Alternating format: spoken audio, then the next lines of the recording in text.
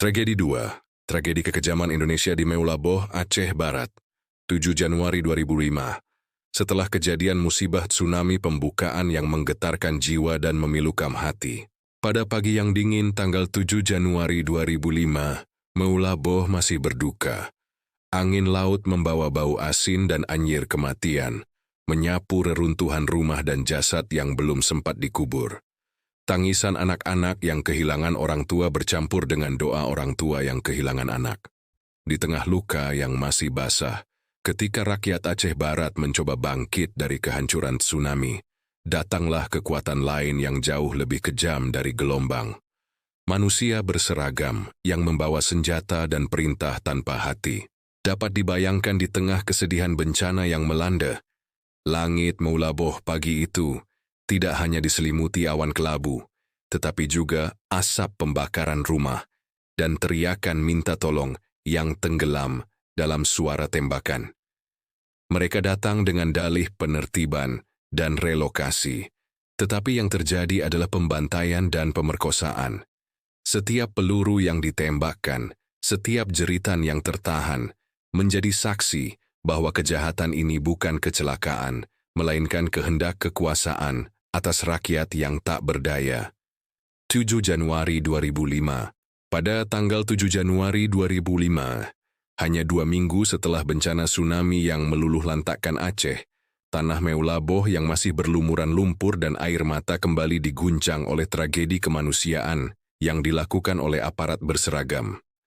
Ketika rakyat Aceh Barat sedang berduka, kehilangan keluarga, rumah, dan segala yang mereka punya, datanglah gelombang baru penderitaan. Kali ini bukan dari laut, tetapi dari tangan manusia yang seharusnya melindungi mereka. Berdasarkan laporan Ajar 2005, Tempo 2005, dan Human Rights Watch 2006, peristiwa berdarah ini terjadi di beberapa desa sekitar Meulaboh, antara lain Sueng, Gampa, dan Ujong Baroh. Aparat TNI dan Brimob melakukan operasi pemaksaan relokasi pengungsi ke kamp militer. Ketika warga menolak pindah karena takut kehilangan sisa tanah dan harta mereka, aparat menembak, memukul, memperkosa, dan membakar rumah mereka. Dalam insiden ini, tercatat 84 warga sipil menjadi korban langsung. Terdiri dari 24 orang tewas dan 60 orang luka berat, serta 40 rumah disita, dan 10 hektar lahan dirampas oleh aparat keamanan. Di antara korban tersebut, sedikitnya 12 anak-anak menjadi korban kekerasan dan penembakan brutal, dan 15 perempuan diperkosa, sebagian besar di pos penjagaan dan kamp relokasi militer. Nama-nama korban anak-anak dan pelaku yang terlibat. Zimatu, Ismail Abdullah, 11 tahun. Ditembak ketika berusaha melindungi ibunya dari pemukulan di desa Sueng. Pelaku, Serda Bayu Wibowo, TNI, dan Bribka Arman Siregar, Brimob. 2. Fatimah Zahra, 10 tahun. Tertembak di kepala saat aparat menembakkan senjata ke arah kerumunan warga yang menolak pindah. Pelaku, Letda Agus Riyadi, TNI, dan Bribtu Dedi Rahman, Brimob. 3. M. Fadil, 9 tahun, dipukul dengan popor senjata karena menangis melihat ayahnya dipukul. Pelaku, Serka Hendra Wijaya, TNI. 4. Kat Nabila, 13 tahun, ditarik dari tenda dan dipukuli karena berteriak meminta tolong. Ditemukan meninggal keesokan harinya. Pelaku, Bribka Sigit Yulianto, Brimob, dan Serda Mulyono, TNI. 5. Rizal, 8 tahun, ditembak di dada ketika mencoba menyelamatkan adiknya yang jatuh ke lumpur. Pelaku, Letnan 2 Fajar Prasetyo, TNI. 6.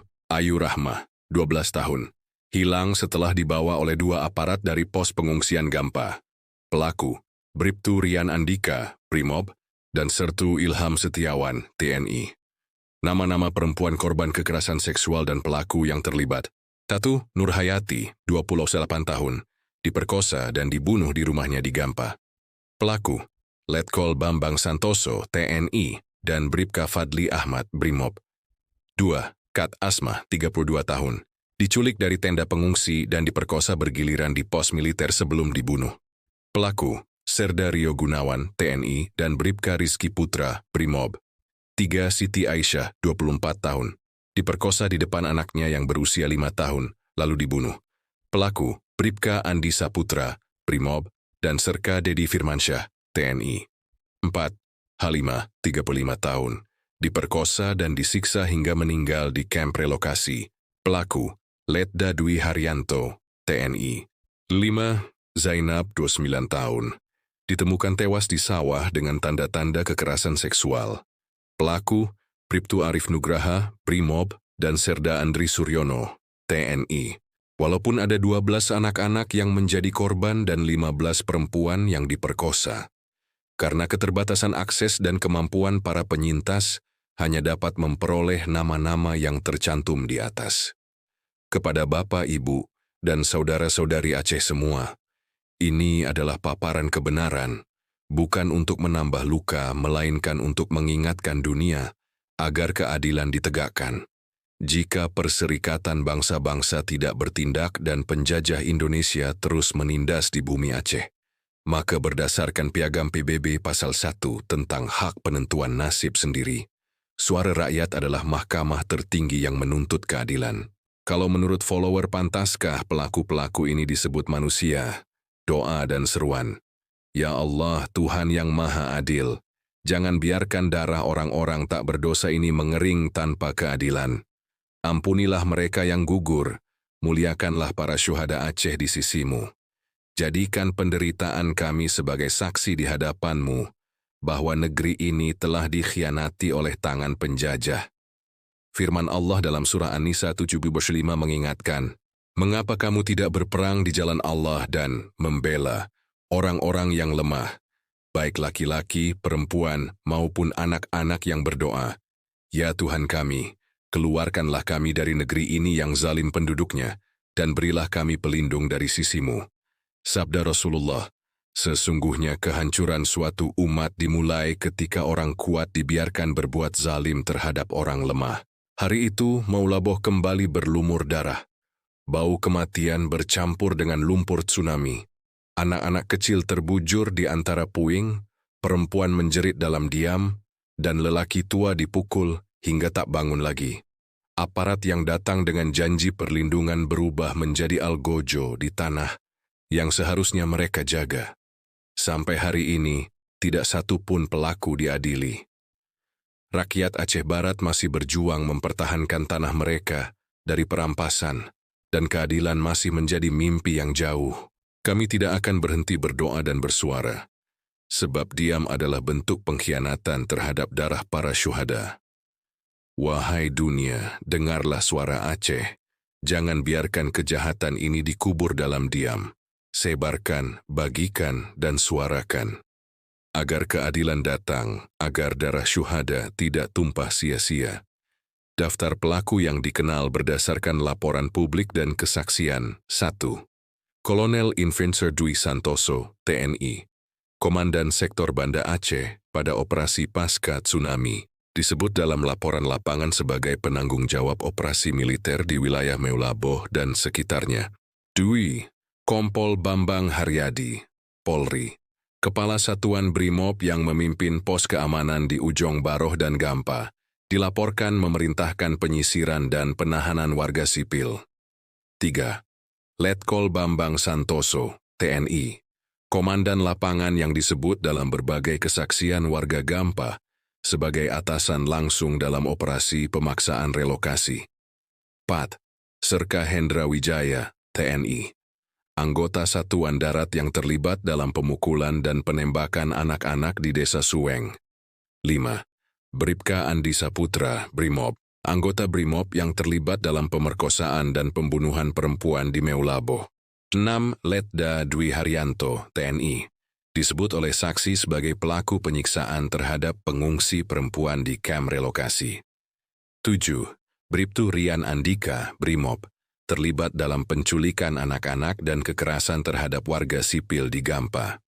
8. Serda Rio Gunawan, TNI, anggota lapangan yang disebut dalam laporan relawan Ajar sebagai pelaku kekerasan terhadap warga sipil.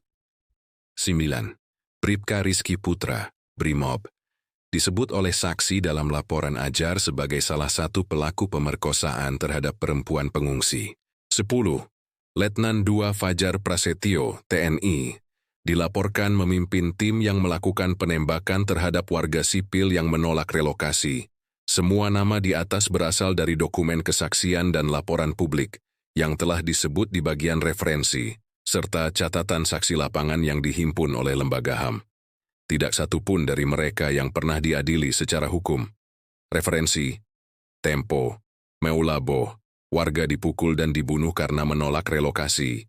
2000. Ajar, Meulabo Human Rights Report, 2005.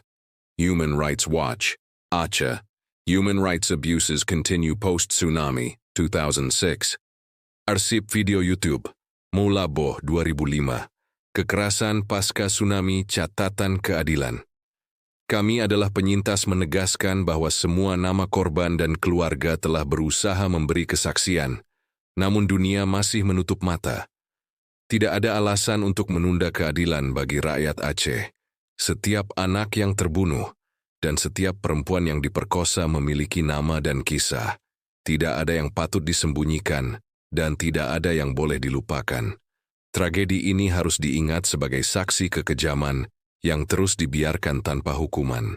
Kami menambahkan bahwa upaya untuk melengkapi daftar korban masih terus dilakukan oleh penyintas dan masyarakat Aceh sendiri. Setiap nama adalah nyawa dan kisah nyata yang menuntut keadilan, bukan sekadar angka di laporan. Dunia diingatkan untuk tidak membiarkan penderitaan ini terlupakan atau disembunyikan oleh siapapun. Dapat kami tegaskan bahwa hingga saat ini belum ada keadilan bagi rakyat Aceh yang menjadi korban. Ratusan ribu jiwa telah hilang karena perang, kekerasan dan bencana, tetapi dunia tetap bungkam. Aceh tidak akan diam sampai setiap korban, anak-anak dan perempuan mendapatkan pengakuan dan keadilan sejati. Lahan-lahan rakyat masih dikuasai. TNI BIN SGI masih berkeliaran di setiap lorong-lorong dan jalan-jalan di Aceh. Apakah ini sebuah kedamaian? Suara rakyat adalah mahkamah. Kami bangsa-bangsa, Perserikatan Bangsa-Bangsa, bertekad untuk menyelamatkan generasi yang akan datang dari bencana perang, menegaskan kembali kepercayaan kami terhadap hak-hak asasi manusia, terhadap martabat dan nilai pribadi manusia, terhadap persamaan hak laki-laki dan perempuan, serta bangsa-bangsa besar dan kecil. Pembukaan Piagam Perserikatan Bangsa-Bangsa, Charter of the United Nations, 1945. Untuk mengembangkan hubungan persahabatan antara bangsa-bangsa berdasarkan penghormatan terhadap asas persamaan hak dan penentuan nasib sendiri bagi bangsa-bangsa, dan untuk mengambil langkah-langkah lain yang tepat untuk memperkuat perdamaian di dunia. Pasal 1 ayat 2, Piagam PBB, berdasarkan prinsip-prinsip tersebut, jika sebuah negara gagal mencegah dan mengadili pelaku kejahatan kemanusiaan, maka suara rakyatlah yang menjadi mahkamah tertinggi. Karena rakyatlah yang menanggung penderitaan, rakyatlah yang menyaksikan darah tumpah di tanahnya sendiri, dan rakyatlah yang berhak menuntut keadilan sejati. Tidak ada kekuasaan atau lembaga apapun yang dapat memadamkan kebenaran yang lahir dari jeritan mereka yang tertindas. Maka ketika keadilan internasional gagal bertindak dan negara pelaku tetap melindungi penjahat perang, rakyat memiliki hak moral untuk menegakkan kebenaran melalui suara, doa, dan kesaksian mereka. Prinsip Responsibility to Protect, R2P, menegaskan bahwa ketika negara gagal melindungi rakyatnya dari genosida, kejahatan perang, dan kejahatan terhadap kemanusiaan, maka tanggung jawab itu berpindah kepada masyarakat internasional dan suara rakyat dunia. Inilah pengadilan nurani, tempat kebenaran berdiri meski kekuasaan mencoba memadamkannya. Jika sebuah negara gagal mencegah dan mengadili pelaku kejahatan kemanusiaan, maka suara rakyatlah yang menjadi mahkamah tertinggi. Karena rakyatlah yang menanggung penderitaan, rakyatlah yang menyaksikan darah tumpah di tanahnya sendiri, dan rakyatlah yang berhak menuntut keadilan sejati. Tidak ada kekuasaan atau lembaga apapun yang dapat memadamkan kebenaran yang lahir dari jeritan mereka yang tertindas. Permintaan maaf dan kesedihan mendalam kepada seluruh keluarga korban, kepada ayah, ibu, abang, kakak, dan adik-adik yang ditinggalkan. Kami menyampaikan permohonan maaf yang sedalam-dalamnya. Karena keterbatasan kemampuan kami, tiada kata yang dapat menghapus luka kita. Tiada upaya yang bisa menggantikan penderitaan Aceh. Akibat penjajah Indonesia, kami di perantauan sunyi hanya bisa menulis sambil menangis, bermunajat dalam doa, dan berjanji untuk terus menyuarakan kebenaran ini, agar dunia tidak lagi berpaling.